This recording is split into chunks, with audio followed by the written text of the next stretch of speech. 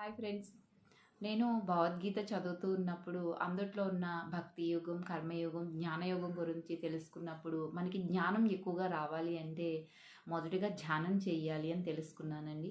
నేను ధ్యానం చేయకముందు ఎంతో చికాకుతో, అశాంతితో ఎటువంటి నిర్ణయాలు సరిగ్గా తీసుకోలేకపోయేదాన్ని. భర్తతో కానీ, పిల్లలతో కానీ నా యొక్క అభిప్రాయాలు ఎలా చెప్పాలి, వాళ్ళతో నేను ఎలా అన్వయించుకోవాలి అన్న విషయాలు నాకు తెలియలేదు. కానీ నేను ఎప్పుడైతే ధ్యానం చేస్తూ ఉన్నానో అప్పటినుంచి మా ఫ్యామిలీ బాండింగ్స్ అనేవి చాలా ఎక్కువగా పెరిగాయండి. మా పిల్లలతో అయినా, నా భర్తతో అయినా, అత్తామామలతో, తల్లిదండ్రులతో, ఫ్రెండ్స్‌తో అందరితో కూడా నేను ఎలా నడుచుకోవాలి, ఏ విధంగా ప్రవర్తించాలి, సమదృష్టితో ఎలా కలిగి ఉండాలన్న జ్ఞానాన్ని నేను స్వీకరించాను. అది నాకు ధ్యానం వల్లనే లభించింది. మీరు కూడా ఇటువంటి పరిస్థితిలో ఉన్నారా?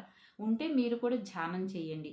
మీరు ఒక్కరే ధ్యానం చేయలేకపోతున్నారా? నాతో పాటు కలిసి మీరు కూడా ఈ ప్రయాణాన్ని కొనసాగించండి. అందరం కలిసి గ్రోత్ అవుదాం. మీకు ధ్యానాన్ని నేను నేర్పిస్తాను. నా ఛానల్‌ని ఫాలో అయితే గనక ప్రతిరోజు మీరు భగవద్గీత శ్లోకాలను చక్కగా విని నేర్చుకోవచ్చు. Thank you for watching.